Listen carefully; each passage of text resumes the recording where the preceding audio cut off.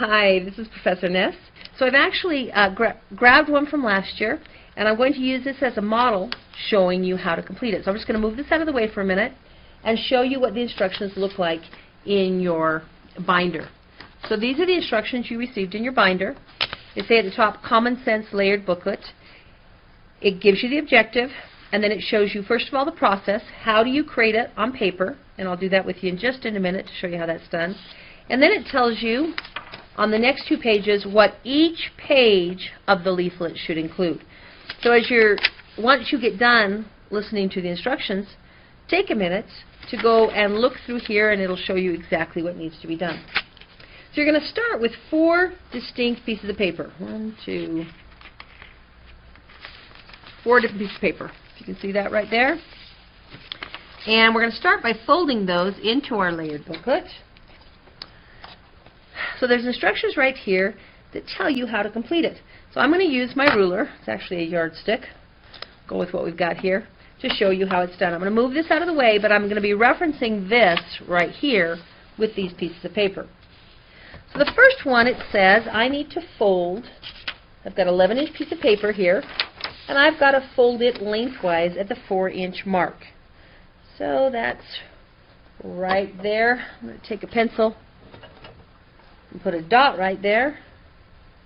There we go. Now the critical thing on this is you want to make sure that your lines are straight. Probably smarter to put the ruler inside of there, but if you get a little off, that's okay. There we go. I'm going to make sure we match that up on the side there and on the side there so our book's not off kilter. So there's our 4-inch mark. The next one says 4.5 inches. So I'm going to move that to the side. We'll grab my second piece of paper here, and we're going to go 4.5 inches. So again, I take my measuring tape. I'll go 4.5 inches right there. Fold that over. Make sure those match up along the sides. There you go. In fact, you can already see how this is going to come together. I'm going to put that on the outside like that. So far I've got 2 pages of my booklet. If I were to open this, I'd open that up. Okay, now I'm going to take my 3rd page, and it's at the 5-inch mark. So, ruler out here.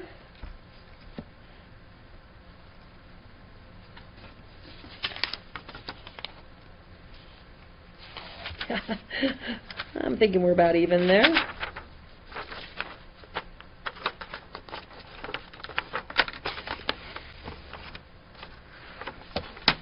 Okay. Put that over there. Match that up. And my last one is 5.25 inches. And these actually tuck inside, so you can see that. The last one's going to fit right in that little space right there. And that's going to be 5.25 inches. Let's see, it's 5, about right there. Okay.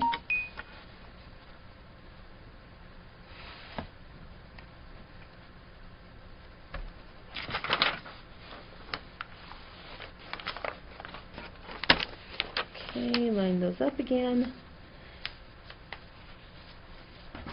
Let's put that inside of there. There we go. So there's our finished layered booklet. Now, if I were doing this all perfectly, I'd get a long stapler and staple inside of here. So in my classroom, when I do this, because my students do this with another project, with another novel, and I have them staple right inside with a long one. So those of you who are going to use this pedagogical strategy in class, you'll want to take your stapler, staple it there. In this case, you can just staple it on the outside to staple that. So when it's finished, just showing you the layered look, here's one from last year. 1st page, 2nd page, 3rd page. I like the way this person did color. 4th page, 5th. So you see the staples there on the inside. 9th, 10th. So these are the different pages. You can see how that's done. Here's some examples from my students. So this is done by a peer, one of your peers, one of us. These are ones done by students on novels that they read. And you can see they've done the cover sheet, and they've broken them into pages, and at the bottom of each page it says what's on each page. So these are some of the ones my students just turned in actually 3 days ago. So that's how you create a layered booklet. Super easy to do. They look cool when they're finished. One last one. Something you'll notice the kids got creative. Kids like, particularly my girls, they really like using nice paper and making them look good and whatever. So there's the layered leaflet. Now, what goes inside each page of the leaflet?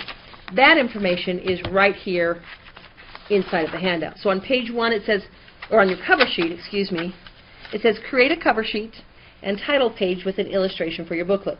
The cover sheet should be written neatly or typed and cut and pasted. The cover sheet should include the title, Common Sense. So let's look at this person's. There's their title, Common Sense. A creative illustration that captures the attention of the reader and encapsulates the main idea of the pamphlet. Illustrations may be hand-drawn or created from clip art and attached to the cover sheet. So she's got her picture here of him, and she actually chose a quote, and you'll explain why you did the particular cover sheet you did. 2 different quotes here, and then the cover of the actual booklet. It needs to include your name. Here's her name. Not the name of Thomas Paine, but your name. Okay, so there's page 1, or the cover page. Page 1, about the author. On page 1 of the layered booklet, back side of the cover sheet, write a short biography about the author. And then it gives you details what to include there. And here she's written her short biography. Next page is when and where. So where did this book take place? Details of what you need are right there. It tells you what you need to include. And here's what she's included.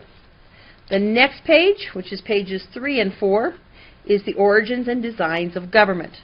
So what you do on this is you will do a summary of the pamphlet of that section entitled The Origin and Design of Government, which she wrote right here. So you include a brief retelling of their arguments.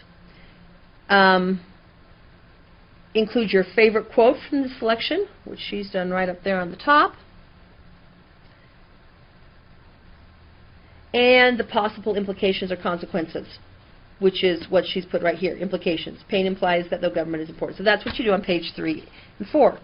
Page 5 and 6 is on the section on monarchy and hereditary. Same thing. You're including implications, quotes, and a summary, which you can see she's got up at top.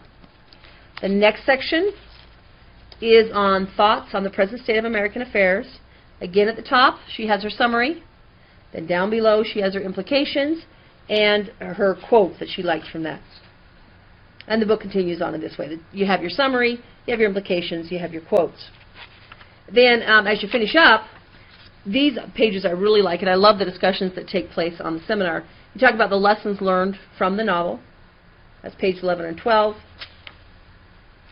Page 13, you come up, actually, with your own hypothesis, in which you explain, take a current political situation that's relevant, and you use Paine's arguments to apply it to the current situation. Again, makes for fascinating dialogue on the seminar.